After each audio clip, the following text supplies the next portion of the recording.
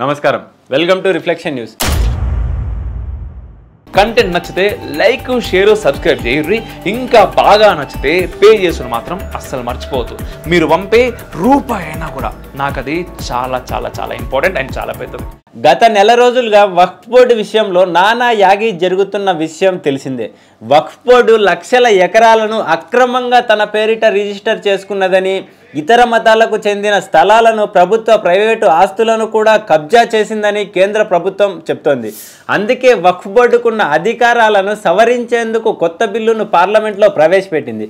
దీనిపై లేటెస్ట్గా అసదుద్దీన్ ఓవైసీ రియాక్ట్ అయ్యాడు. వక్ఫ్ బోర్డు ఆస్తులను లాక్కోవటం అంటే అల్లా ఆస్తులను లాక్కోవటమేనని, భారతదేశ ముస్లింలు ఇప్పటికైనా మేలుకొని బీజేపీని ఓడించాలంటూ పిలుపునిచ్చాడు. హైదరాబాద్లో జరిగిన ఓ సమావేశంలో మాట్లాడిన ఓవైసీ, ముస్లింలు ఎక్కడ నమాజ్ చేస్తే ఆ స్థలం వక్ఫ్ బోర్డు పేరిట రిజిస్టర్ అయిపోతుంది అన్నట్టుగా బీజేపీ చిత్రీకరిస్తోందని, బీజేపీ అర్థం పర్థం లేని ఆరోపణలను మానుకోవాలంటూ వ్యాఖ్యానించాడు. తాను పార్లమెంట్ సభ్యుడని, పార్లమెంట్లో నమాజ్ చేస్తే అప్పుడు పార్లమెంటు వక్ఫ్ ఆస్తిగా మారుతుందా అంటూ ప్రధాని మోడీని ప్రశ్నించాడు. మోడీ అనే వ్యక్తి భారత్ ముస్లింలను అణచివేయాలని చూస్తున్నాడని, బీజేపీని ఓడించకపోతే ఈ దేశంలో ముస్లింల హక్కులను మోడీ లాగేసుకుంటాడంటూ వ్యాఖ్యానించాడు. అలాగే అంబానీ నివాసం ఆంటీలియాపై అసద్ కీలక వ్యాఖ్యలు చేశాడు. ఆగాఖాన్ వంశానికి చెందిన స్థలాన్ని చౌక ధరకు కొనేసి పెద్ద బిల్డింగ్ కట్టేశారని, నిజానికి ఆ స్థలం ముస్లింలకు చెందినదే అని వాదించాడు ఓవైసీ.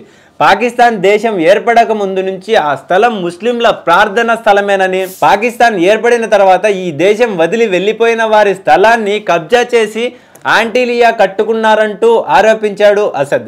మోడీని ఓడిస్తేనే ఈ అరాచకాలు ఆగుతాయంటూ చెప్పుకొచ్చాడు. కానీ పాపం అసదుద్దీన్ కేంద్ర ప్రభుత్వం నుంచి ఎదురైన ప్రశ్నలకు సమాధానాలు మాత్రం చెప్పలేదు. స్వతంత్రం వచ్చిన తర్వాత వక్ఫ్ బోర్డు ఆస్తులు ఎంత ఉండేవి, ఇప్పుడు ఎంత ఉన్నాయి, మరి ఇంతలా ఎలా పెరిగాయి అనే ప్రశ్నలకు మాత్రం ఈయన దగ్గర నుంచి సమాధానం లేదు. కానీ మోడీని ఓడించాలి అంతే. చూద్దాం హర్యానా, కాశ్మీర్ ఎన్నికల్లో ఎవరు గెలుస్తారో. జై హింద్, జై భారత్.